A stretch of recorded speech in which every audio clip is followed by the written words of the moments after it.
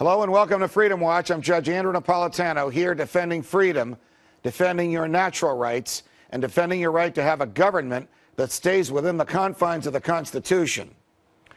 Have the corporations performed a coup of the American government? During the waning days of the Bush administration, while our economic system was falling apart, major corporations like AIG, Bear Stearns, Lehman Brothers, General Motors, Goldman Sachs, and many others sought bailouts of billions of taxpayer dollars from the government, and some of the more politically connected, in fact, received it, while others were allowed to fail.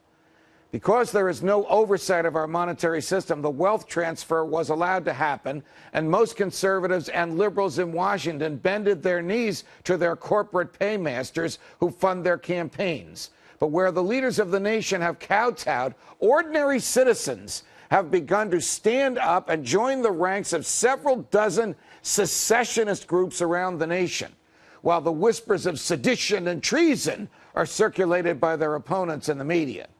Lest you think this is some isolated Southern white nationalist movement, consider the Second Vermont Republic, whose platform of secession reads like a socialist platform. It calls for governance similar to Switzerland, with government schools and hospitals and social services administered locally rather than through federal edict from above. Considering that the Constitution of the United States guarantees a Republican, lowercase r, form of government, is it really seditious to assert the right to personal sovereignty and self-government? Joining me now to talk about all this is Lew Rockwell, founder and chair of the Mises Institute in Auburn, Alabama. Lew, it's a pleasure. Welcome here. Judge, great to be with you as always. What could possibly be wrong with proposing to a legislature, a state legislature, that a piece of legislation it enacted 100 or so years ago, which gave away some of its sovereignty to the federal government, ought to be repealed because the sovereignty that was given to the federal government has been abused by them? Well, what's wrong with it is that our arrogant masters in Washington don't want to hear the subject raised. In fact, there was a recent incident, you mentioned Vermont. Dennis Steele, who's a secessionist candidate for governor of Vermont, tried to ask a question at a gubernatorial debate about if Vermont seceded from the Union, wouldn't it therefore be free of its proportion of the federal debt? For this, after asking this question, two policemen took him, arrested him, handcuffed him, fingerprinted him, charged him with disorderly conduct, and put him in jail until he got bailed out. So they don't want to hear these kinds of questions raised, but Americans are raising them all across the country, in many, many states. The South, unfortunately, is maybe the most nationalistic part of the country. So this is probably not coming from the South.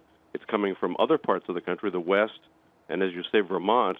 People are getting sick and tired of being ruled unconstitutionally and against the natural law by these jokers in Washington. I mean, as Ludwig von Mises said way back at the beginning of the 20th century, no people or part of a people should be held in a political association that it does not want. Well, so there's the principle. I mean, you're right. I mean, when Jefferson wrote the Declaration of Independence, it wasn't just his philosophical musings.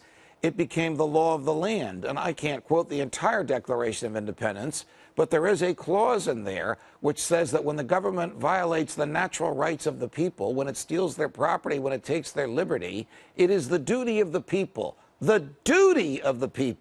to alter or abolish it. Now, nobody's talking about violence. People are talking about enacting legislation that would alter or abolish it. This is as American as apple pie. This was literally present at the creation.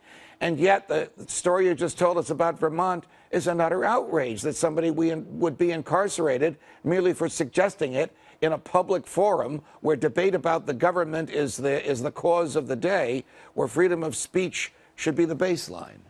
And of course, Jefferson mentioned that if people were subject to a long train of abuses and usurpations, they had the right to reconsider their allegiance to the government that was oppressing them.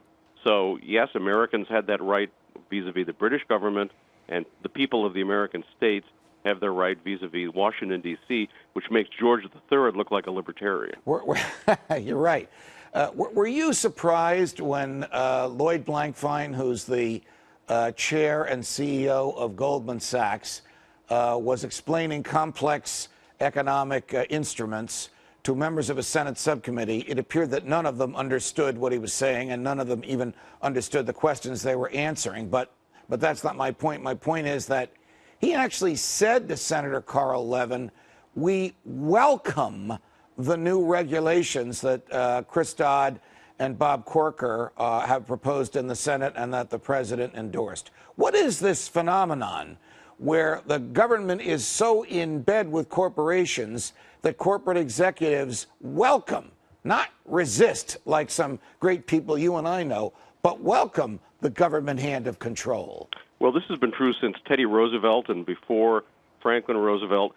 Government regulation is always written with and for the benefit of the big corporations who have influence in Washington. So they love it because it crushes their competitors.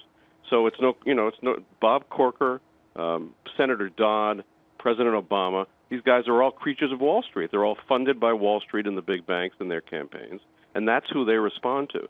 So the game is they say, boy, we're really going to get you guys. We're really going to get you now because of the problems you caused, when in fact, as Blankfein says, the new regulations are favoring institutions like Goldman Sachs, but crushing smaller institutions and preventing other competitors from ever coming into existence. Right. In part because the level of surveillance by the government is so pervasive that small businesses would go out of business if they had to comply with, deal with, hire lawyers, accountants, investigators, and economists to interface with the government, whereas the Goldman Sachses of the world have the cash with which to do that and probably have their alumni, if you will, as part of the regulatory team.